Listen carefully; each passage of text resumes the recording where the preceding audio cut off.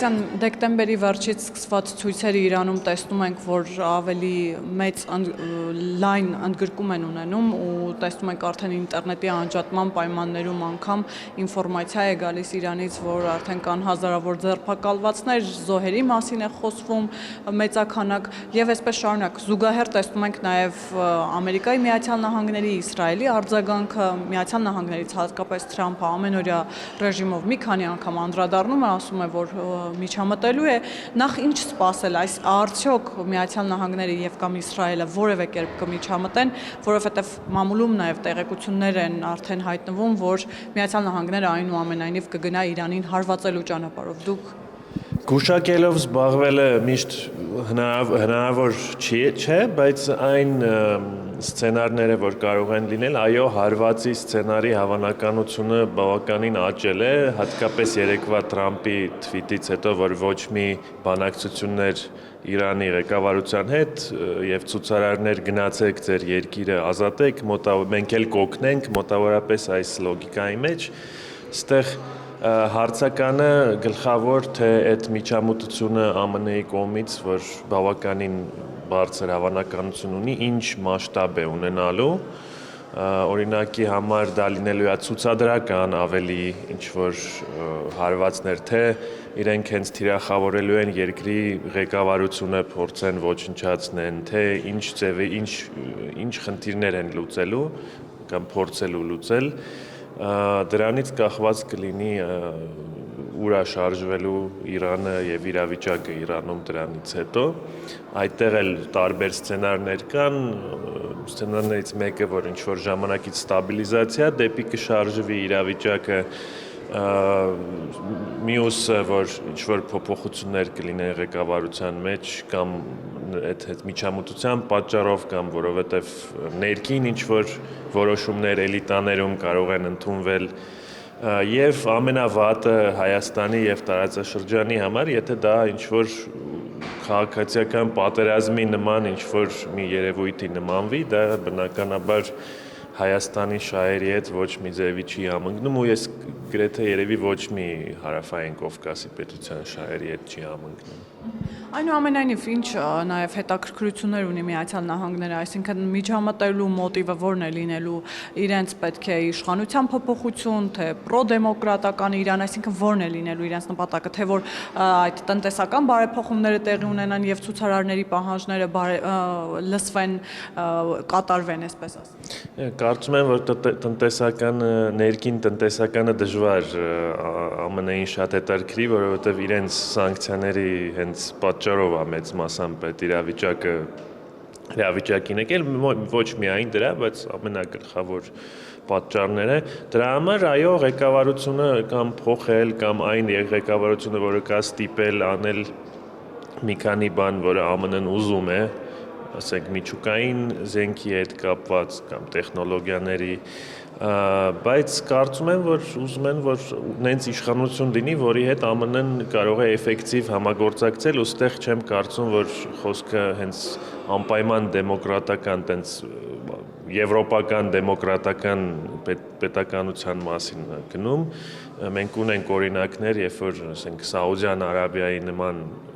պետությունը շատ մոտիկ ԱՄՆ-ի հետ շփում ունի, բայց դա դեմոկրատիայից, ասենք, ավելի հեռու երկիր դժվար է բավականին գտնել։ Իսկ Ռեզա Փեհլևի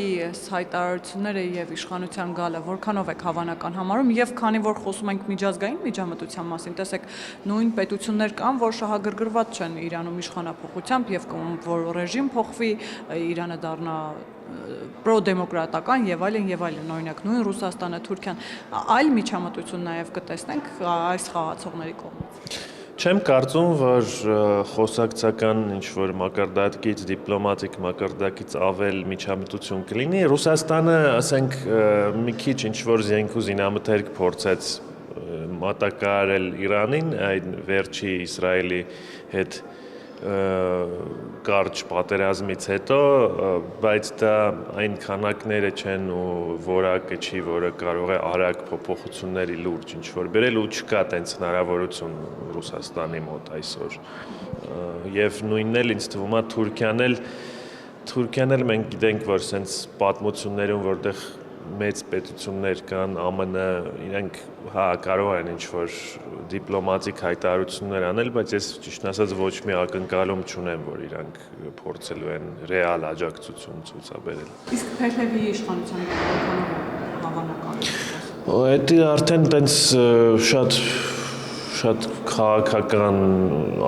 հարց է, ներքին Իրանի քաղաքական իրավիճակի հետ կապված, որի ես ճիշտն ասած ինքս էքսպերտ չեմ դրա,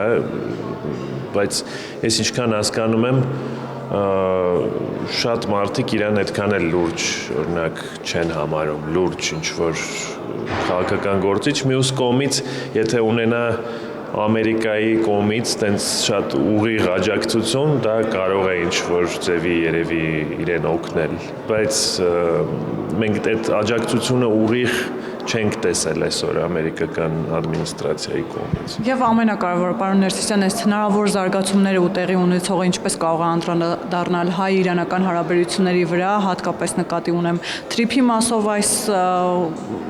գործարքին, որովհետև գիտեք, Միրզոյանը Միացյալ Նահանգներում է, թրիփը կարծես թե արդեն մտնում է գործնական փուլ, արդեն գետնի վրա շուտով ենթադրում եմ, որ պիտի սկսվեն աշխատանքներ, նաև Միրզոյանը այդ մասին խոսել է, որ համաձայնեցվել են փաստաթղթեր Միացյալ Նահանգների հետ։ Հիմա Իրանի կողմից որևէ քայլեր սպասել, թե դրական, թե բացասական, այսինքն այս առումով Իրանի մոտեցումները կփոխվի եւ հնարավոր զարգացումները Իրանում ինչ հետևանքներ կարող է ունենալ նաև Հայաստանի համար։ Ինձ թվում է, որ Իրան պետության հետ կարևոր չի ղեկավարությունը ով է այնտեղ, Հայաստանը կկարողանա ունենալ լավ հարևանական հարաբերություններ եւ այդ իմաստով այսօր էլ այդ հարաբերությունները բավականին լավ մակարդակում են գտնվում։ Մի հատ էլ ուզում եմ նշեմ, ամենավատը Հայաստանի համար կարող լինի, եթե այդ պետությունը ինչ-որ դիզինտեգրացիայի process-ների գնա քանդվել, պատերազմ ներքին, այդ